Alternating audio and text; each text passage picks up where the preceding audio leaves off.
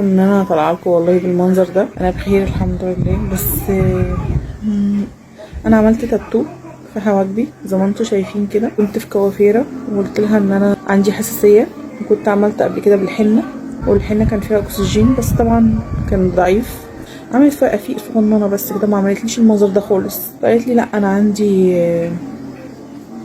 حجر. الحجر دوت مفيهوش اكسجين، انا بعمله بالميه.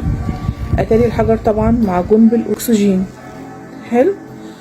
عملت وببص لقيت مفيش يوم والتاني ببص لقيت نفسي بالمنظر ده كده. جبت مراهم وجبت حاجات.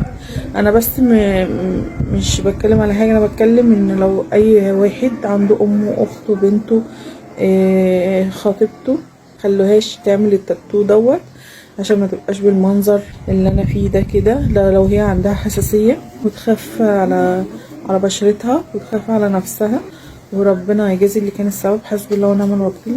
طبعا انا عملت في نفسي كده بس هي خدعتني، وبجد بعتذر والله على المنظر اللي انا طالعه بيه دوت.